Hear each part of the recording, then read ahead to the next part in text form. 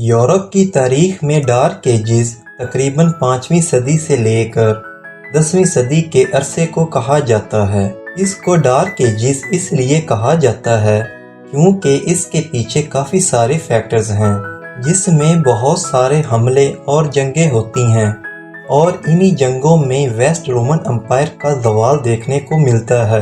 اس دور میں feudal system یعنی جاگیردارانہ نظام کا عروج ہوتا ہے، جو کیپٹلزم کی بنیاد بنتا ہے۔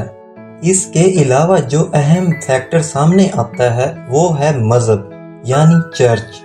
اس مذہب میں ہم آپ کو صرف یہ بتائیں گے کہ چرچ نے لوگوں کی زندگیوں کو کیسے کنٹرول کیا، ان کی زندگیوں پر کیسے حکومت کی۔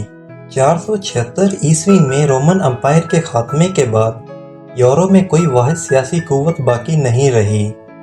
علاقے چھوٹے چھوٹے کنگڈمز میں تقسیم ہو گئے۔ اس سیاسی خلا میں کیتھولک چرچ سب سے مضبوط اور مستحکم ادارہ بن گیا۔ یہ واحد تنظیم تھی جو رومی سلطنت کے خاتمے کے باوجود برقرار رہی۔ چرچ ایک منظم ڈھانچہ تھا جس میں پوپ، بشپ اور پادری شامل تھے، اور انہوں نے اس دور میں قیادت فراہم کی۔ چرچ نے علم کو محفوظ رکھنے میں بھی اہم کردار ادا کیا، خاص طور پر خانقاہوں میں، جہاں راہب کتابیں نقل کرتے اور لائبریریاں چلاتے تھے۔ اس دور میں چرچ ہی تعلیم کا واحد مرکز تھا۔ خانقاہیں اور کیتھیڈرل اسکول علم کے اہم مراکز تھے۔ ان اداروں میں زیادہ تر مذہبی علم جیسے بائبل اور تھیالوجی کی تعلیم دی جاتی تھی۔ دنیاوی علوم جیسے یونانی فلسفہ، سائنس اور ادب کو کم اہمیت دی جاتی تھی۔ صرف چرچ کے علماء، راہب اور پادری کو تعلیم تک رسائی حاصل تھی۔ عام لوگ زیادہ تر ان پڑھ تھے۔ چرچ کی تعلیم کا زیادہ تر حصہ لاطینی زبان میں تھا، اس لیے صرف تعلیم یافتہ لوگ ہی بائبل اور دیگر مذہبی کتابیں پڑھ سکتے تھے۔ چرچ بڑی مقدار میں زمین کا مالک تھا اور لوگوں سے ان کی آمدنی کا 10% وصول کرتا تھا، اس سے وہ یورپ کے سب سے بڑے اور طاقتور جاگیرداروں میں شامل تھا۔ چرچ نے اپنے مذہبی عقائد کی سختی سے پیروی کی، اور جو کوئی چرچ کے نظریات پر سوال اٹھاتا اسے بدعت سمجھا جاتا تھا۔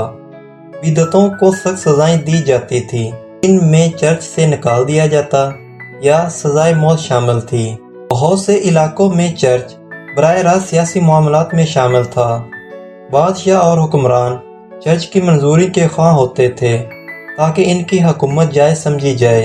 مثلاً 800 عیسوی میں پوپ لیو تھیری نے شارلیمان کو مقدس رومی شہنشاہ کا تاج پہنایا، جو چرچ اور ریاست کے قریبی تعلقات کی علامت تھا۔ چرچ کو بادشاہوں کو تخت نشین کرنے کا اختیار حاصل تھا۔ چرچ سے نکالے جانے کا خطرہ ایک سنگین خطرہ تھا، کیونکہ اس سے حکمران کی ساکھ متاثر ہوتی تھی۔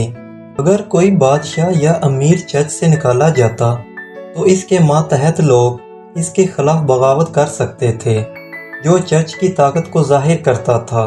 ڈارک ایجز کے آخر میں 1096 کے بعد چرچ نے صلیبی جنگوں کا آغاز کیا، جو مسلمانوں سے مقدس زمین یروشلم کو واپس لینے کے لیے لڑی گئی۔ چرچ نے مسیح جنگجوؤں کو لڑنے کی دعوت دی اور بدلے میں انہیں گناہوں کی معافی اور نجات کی ضمانت دی۔ دوستو، ڈارک ایجز میں کیتھولک چرچ یورپ کا مرکزی ادارہ بن گیا، جس نے سیاسی، سماجی اور علمی زندگی پر بھرپور اثر ڈالا۔ چرچ کی یہ برتری جہاں معاشرتی استحکام کا باعث بنی، وہیں علمی ترقی کو محدود کرنے میں بھی اس کا کردار تھا۔